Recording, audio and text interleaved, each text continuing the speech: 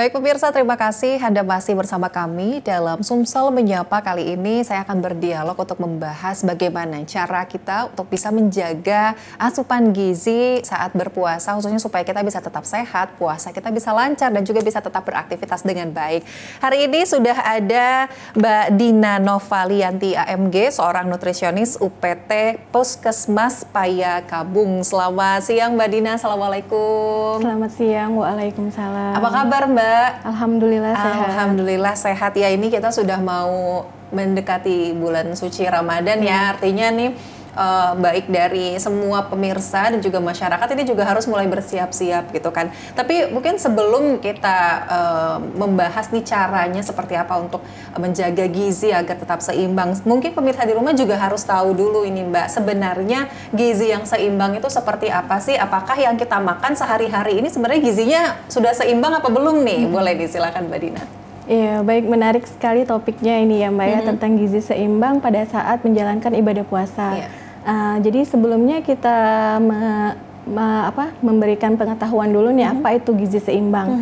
Gizi seimbang itu merupakan komposisi makanan yang mengandung zat-zat gizi, baik jumlahnya dan jenisnya sesuai dengan kebutuhan yang dibutuhkan oleh tubuh. Tetapi juga mengacu pada keanekaragaman pangan, aktivitas fisik, mengatur berat badan secara normal, secara teratur, serta memberikan nutrisi yang baik untuk tubuh.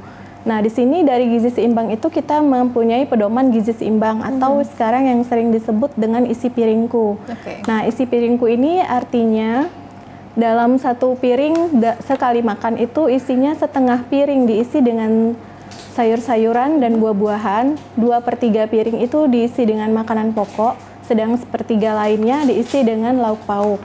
Nah, jadi di sini dalam isi piringku tadi kita ada makanan pokok. Makanan pokok itu merupakan makanan yang dari sumber karbohidrat. Karbohidrat itu seperti yang sudah kita ketahui, contoh makanan sumber karbohidrat itu nasi, kentang, terus gandum, jagung. Nah, dari protein itu terbagi menjadi dua, protein hewani dan protein nabati. Di mana protein hewani seperti yang kita sudah ketahui bersama-sama itu terdiri dari ikan, ayam, daging, telur, dan protein nabati contohnya tahu dan tempe. Tadi isinya setengah piringnya diisi dengan lauk sayur-sayuran dan buah-buahan. Banyak sayur-sayuran dan buah-buahan karena sayur-sayuran dan buah-buahan itu tinggi akan serat dan kaya akan vitamin dan mineral. Nah, dari prinsip gizi seimbang dan isi piringku tadi, kita tetap memprioritaskan nih keanekaragaman bahan makanannya, disesuaikan dengan aktivitas fisik kita, dan juga kita juga harus memperhatikan nih konsumsi cairan di dalam tubuh kita. Minimal minum air putih sebanyak 8 gelas per hari. Oke, jadi benar-benar dari air putih yang dikonsumsi juga harus cukup. Tadi bisa 8 gelas ya Mbak ya. Terus juga untuk isi piring atau makanan yang kita konsumsi pun ini juga bukan nggak bisa sembarangan gitu ya Mbak ya. Harus diperhatikan sedemikian rupa. Nah, kalau pada saat bulan suci Ramadan, apakah ada yang perlu diperhatikan lebih fokus, lebih dalam lagi nih Mbak ya, ketika pada saat bulan suci Ramadan dibanding hari-hari biasa gitu terkait dengan gizi kita ini supaya tetap seimbang kan? Karena puasa ini kan makannya hanya sahur dan juga pada saat buka puasa gitu kan. Apa yang harus diperhatikan untuk menjaga keseimbangan gizi? Pertama kita berbicara pada saat sahur dulu ya Mbak ya. Kalau pada saat sahur itu sebaiknya kita memperbanyak juga konsumsi air putih. Nah, minimal itu 2 gelas. Minimal 2 gelas itu dalam untuk makan sahur. Nah, di situ untuk menjaga keseimbangan cairan tubuh kita. Dan dianjurkan juga kita membatasi konsumsi makanan yang berlemak seperti goreng-gorengan karena dapat membuat haus dan juga itu mengandung lemak jenuh yang tinggi sehingga membuat tubuh menyimpan lemak, menimbun lemak dan mengakibatkan peningkatan berat badan. Nah, di sini juga dalam makan sahur kita juga harus menghindari kopi atau teh yang mengandung kafein karena bersifat diuretik, yang artinya diuretik itu artinya dia bisa mengekskresi air seni lebih banyak, sedangkan kita membutuhkan cairan yang lebih banyak untuk tubuh selama berpuasa. Jadi dianjurkan meminum air putih yang banyak. Nah, minimal kan tadi 8 gelas ya Mbak ya? Iya. 8 gelas per hari. Jadi cara mengaturnya bisa dengan gelas pertama kita setelah bangun tidur. Lanjut lagi gelas yang kedua sebelum makan sahur. Terus lanjut lagi gelas yang ketiga itu setelah makan sahur. Lanjut lagi gelas yang keempat itu pas pada saat buka puasa. Gelas kelima setelah sholat maghrib. Dan gelas yang ketujuh kita setelah makan malam. Gelas ke-8 mungkin setelah sholat isya atau sholat tarawih. Iya, jadi bisa dibagi-bagi waktu untuk mengkonsumsi cairan air putih kan. Nah, setelah itu untuk berbuka puasanya sebaiknya kita menghindari makanan yang terlalu manis. Boleh manis tapi jangan yang terlalu manis. Nah, contohnya saja kita konsumsi kurma. Kurma itu karbohidratnya tinggi. Dia mengandung fruktosa. Fruktosa itu gula alami. Jadi bagus, kayak akan serat juga, karbohidratnya tinggi, dan juga dia antioksidan. Nah, selain itu kita juga harus membagi, jangan terlalu makannya, jangan porsi besar, makannya secara bertahap gitu. Oke, jadi diperhatikan baik dari sahur maupun pada saat buka puasanya gitu. Ini saya tertarik nih Mbak, kalau kita membahas cairan atau air putih tadi ya yang dikonsumsi kan Mbak Dina menyampaikan bahwa minimal 8 gelas sehari. Apakah ini kan kita biasanya bobot tubuh seseorang gitu kan berbeda-beda ya. Apakah dengan bobot tubuh tertentu ini juga bisa melebihi 8 gelas nih Mbak supaya cairan di tubuhnya tetap cukup gitu. Apakah ada perhitungan khususnya nih supaya pemirsa di rumah gitu kan yang mungkin bisa lebih paham lagi tentang konsumsi air putih ini? Kalau konsumsi air putih itu memang tergantung orang masing-masing ya Mbak ya, konsumsi air putihnya. Cuma memang dianjurkan 8 gelas per hari. Bagi yang mungkin tidak suka air putih, misalnya dia mengganti dengan soda, tapi soda itu sebenarnya tidak baik untuk kesehatan tubuh. Apalagi pada saat buka puasa. Jika kita minum soda terlebih dahulu pada saat keadaan perut kosong, dia bisa menimbulkan rasa begah.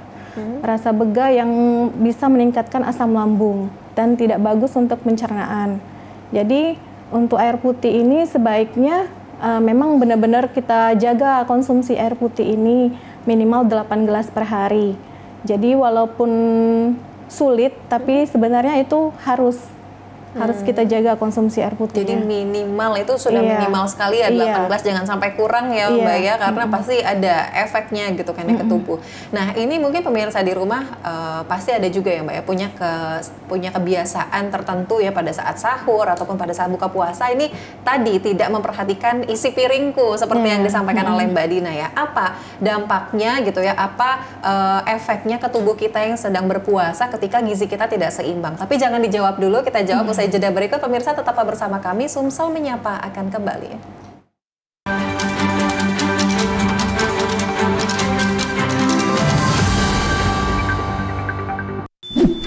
Yuk nonton siaran televisi digital.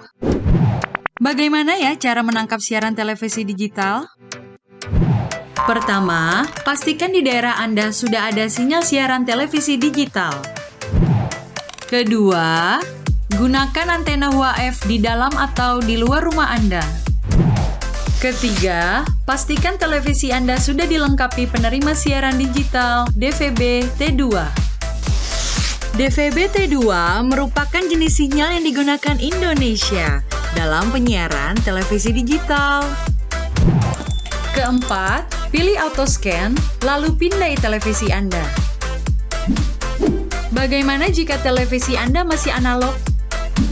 Pasangkan set-top box, televisi Anda otomatis menangkap siaran digital. Bersih gambarnya, jernih suaranya, canggih teknologinya.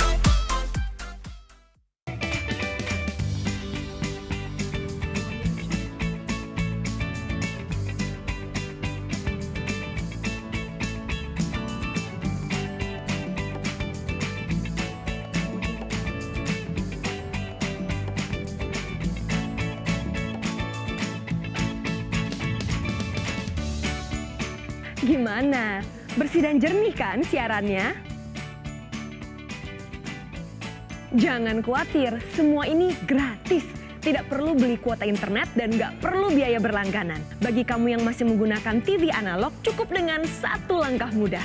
Untuk televisi yang sudah siap digital, cukup scan ulang siaran TV kamu untuk menangkap siaran TV digital. Banyak pilihan programnya, bersih gambarnya, jernih suaranya, dan canggih teknologinya. Ayo, kita beralih ke siaran televisi digital.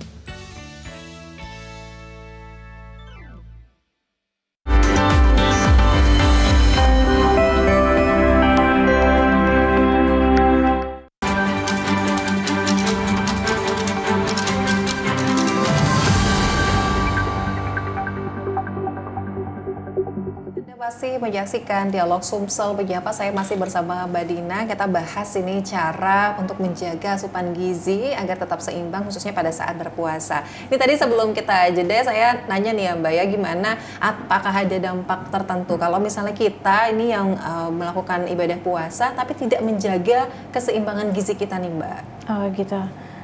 Baik, kalau seandainya kita berpuasa tetapi kita tidak menjaga keseimbangan gizi dalam tubuh kita, itu banyak sekali dampak-dampaknya. Misalnya kita tidak menjaga asupan karbohidrat, protein, dan lemak di dalam tubuh kita, itu bisa mengakibatkan tubuh kita jadi mudah lelah.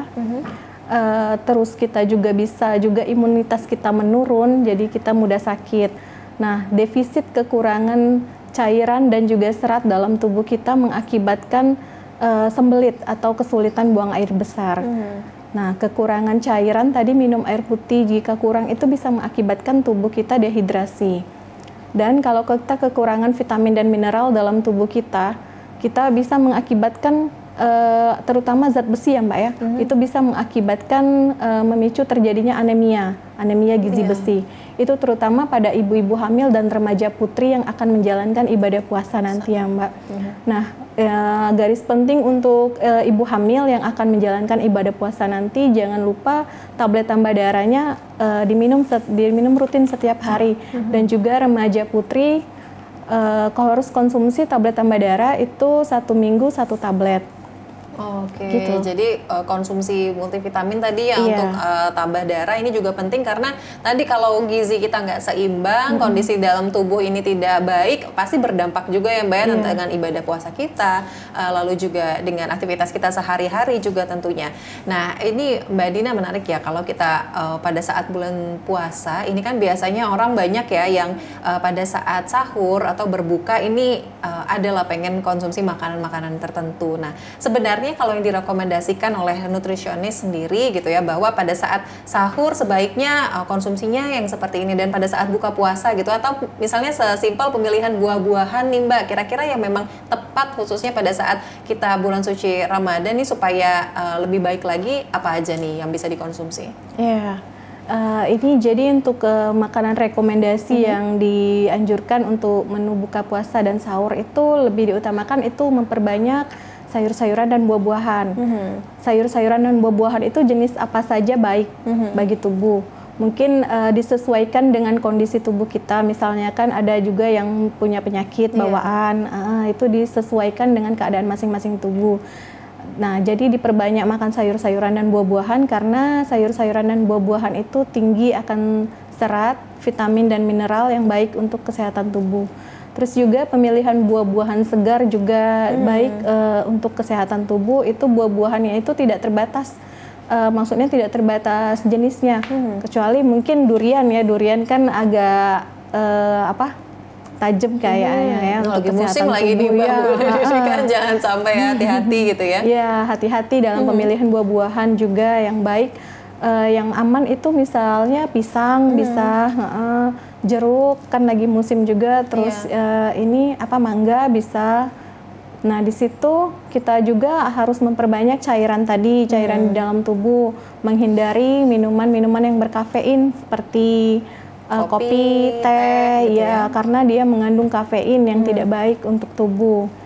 Juga mengganggu kalau diminum pada saat buka puasa, nanti mengganggu pola tidur kita. Nah ini banyak nih Mbak kan kalau misalnya kita lihat karena mungkin remaja-remaja ya kalau misalnya lagi buka puasa bersama ini janjiannya di sebuah coffee shop gitu kan ya, resto yang sambil minumnya kopi gitu kan ya, es kopi gitu. Nah berarti artinya sebenarnya itu tidak baik ya Mbak? Pengaruhnya untuk tubuh itu seperti apa berarti? Iya, pengaruhnya untuk tubuh jika diminum pada saat berbuka puasa, nanti itu kan mengandung kafein ya Mbak ya. Dan kafein itu kan bersifat diuretik, jika diminum terus-terusan nanti kan dia mengekskresi cairannya lebih banyak. Jadi jika diminum setiap hari atau rutin kayak gitu kan jadi mengakibatkan kekurangan cairan di dalam tubuh kita nantinya untuk pada saat sahurnya, walaupun dia dikonsumsi pada saat berbuka puasa. Iya. Oke, jadi memang hati-hati nih ya untuk pemirsa di rumah gitu yang memutuskan misalnya tadi menu-menu buka puasanya ini harus diperhatikan gitu kan ya.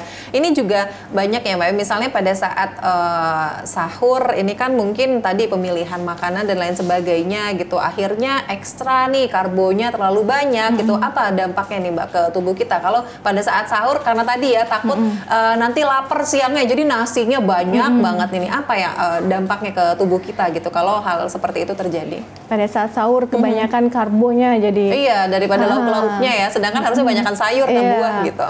Sebenarnya kalau pada saat sahur itu dianjurkan kita mengkonsumsi karbohidrat yang sederhana itu kayak oatmeal, terus ini apa namanya roti gandum. Nah itu karena karbohidrat yang seperti ini, karbohidrat yang sederhana seperti ini, dia lambat dicerna tubuh lebih lambat sehingga akan menghasilkan rasa lapar yang lebih lama.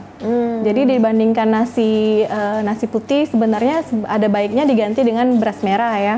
Tapi itu tergantung selera juga ya Mbak ya. Betul. Cuma itu sebenarnya itu lebih dianjurkan dibanding kita mengkonsumsi nasi putih karena itu akan menimbulkan rasa efeknya itu akan memberikan rasa lapar yang lebih lama. Oke, jadi tadi ya pemilihan makanannya karbohidratnya tadi seperti oatmeal, terus juga roti gandum dan lain sebagainya. Tapi yang pasti yang wajib juga adalah sayur dan buah-buahan gitu ya Mbak ya. Nah ini kalau kita lihat lagi ya, kalau seseorang ini kan punya aktivitas yang cukup berat, cukup padat gitu ya dalam keseharian gitu. Apakah ini juga harus memperhatikan atau mungkin memberikan asupan makanan kita ini harus lebih besar lagi kah gitu dari segi gizinya gitu atau porsinya atau seperti apa? Karena kan makannya jadi 2 kali sehari aja nih ya, misalnya sahur dan juga berbuka mungkin setelah sholat tarawih males nih mau makan lagi gitu karena sudah terlalu malam gitu. Jadi seperti apa ini? Iya, kalau untuk porsi makan sebenarnya kalau dianjurkan itu tidak makannya bertahap, tidak langsung sekaligus porsi besar. Tapi walaupun memang aktivitasnya kan beda-beda, setiap orang beda-beda aktivitasnya. Ada yang berat, ada yang sedang, ada yang ringan. Jadi disesuaikan saja. Misal aktivitasnya berat nih Mbak ya. Jadi kita itu atur dulu nih makannya, mungkin dibarengin dengan cemilan dulu di awal pas pada saat buka puasa. Nanti setelah sholat maghrib mungkin bisa diulangin lagi untuk makan malamnya. Nah makan malamnya itu tadi sesuai dengan isi piringku, mungkin disesuaikan juga dengan porsi aktivitas kita, aktivitas dan berat badan kita itu sesuai dengan isi piringku itu harus sesuai dengan berat badan tadi dengan aktivitas kita juga. Jadi disesuaikan Mbak, misalnya piringnya setengah piring tadi isinya sayur-sayuran dan buah-buahan. Jadi 2/3-nya itu nasi, mungkin nasinya agak lebih banyak porsinya kalau aktivitasnya lebih tinggi gitu aja. Oke, jadi memang di sini bisa kalau balik lagi ya tergantung aktivitasnya sehari-hari. Kalau dirasa aktivitasnya berat, boleh karbonya ditambah sedikit gitu ya untuk bisa menambah energi juga gitu. Nah ini mungkin yang paling menarik juga nih Mbak, pada saat buka puasa ini kan ya banyak ya yang orang tuh langsung ya namanya buka puasa ya melepas dahaga setelah puasa seharian penuh. Ini ada yang minum langsung mungkin air dingin atau es dan lain sebagainya gitu. Sebenarnya kalau yang dianjurkan pada saat pertama kali untuk berbuka puasa gitu, apa saja sih Mbak yang harus dikonsumsi gitu supaya ya tubuh kita ini juga nggak kaget nih ya nerima makanan setelah kita puasa 14 jam gitu. Iya. Yang pertama sekali itu ada baiknya kita konsumsi 1 cangkir air putih hangat.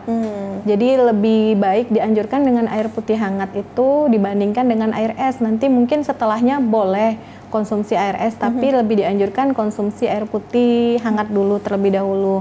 Mungkin dilanjutkan dengan kurma tadi. Kurma itu makanan manis, tetapi dia bisa mengendalikan indeks glikemik kita yang rendah. Jadi aman untuk yang punya penyakit diabetes juga aman itu konsumsi kurma. Nah, dilanjutkan dengan sayur-sayuran dan buah-buahan atau boleh dengan cemil-cemilan yang lain gitu. Oke, jadi jangan sampai yang langsung ini ya, langsung air es gitu, air dingin, takutnya tubuh juga kaget dan gak siap gitu ya. Ini sebenarnya ada juga nih ya Mbak ya, masyarakat juga mungkin pasti sering pada saat buka puasa, ini kan bulan puasa nih marak ya, kita minumnya air kelapa muda gitu kan dan lain sebagainya. Ini kalau misalnya air kelapa muda itu sebenarnya kandungannya bagus ya, tapi kalau dicampurkan dengan bahan-bahan yang lain itu kan bisa jadi nggak sehat juga nih. Kalau dari pandangannya Mbak Dina sendiri gitu ya, melihat fenomena yang seperti ini gitu, air kelapa muda kan bagus, tapi dikasih sirup, dikasih dan segala macam, gimana ini Mbak? Ya, kalau minum air kelapa muda itu sangat-sangat bagus ya Mbak ya. Cuma sebaiknya di air kelapa mudanya air kelapa muda murni, tanpa campuran misalnya susu, sirup atau gula, karena itu kan jadinya terlalu manis. Terlalu manis itu kan tidak baik untuk kesehatan tubuh kita. Karena makanan yang terlalu manis itu juga bisa memicu penyakit-penyakit lain. Seperti diabetes, bisa juga menyebabkan kita memicu obesitas. Jadi sebaiknya kalau air kelapa muda itu lebih baik air kelapa muda murni dibanding dengan campuran-campuran yang lainnya. Gitu. Oke, jadi perlu diingat kembali ya ini pemirsa ya, kalau mau minum air kelapa muda pilih yang murni, jangan dicampur dengan susu kental manis gitu dan lain sebagainya, karena yang tadinya sehat malah jadi nggak sehat ya Mbak Dina ya. Oke, baik, itu tadi perbincangan saya bersama Mbak Dina Novalianti AMG, nutrisionis UPT Puskesmas Payakabung. Terima kasih Mbak Dina sekali lagi telah bergabung bersama kami di Sumsel Menyapa kali ini. Sampai jumpa lagi Mbak, sehat selalu. Dan pemirsa, terima kasih juga telah menyaksikan Sumsel Menyapa edisi kali ini. Saya Nur Harisya Pratiwi pamit. Wassalamualaikum warahmatullahi wabarakatuh. Sampai jumpa.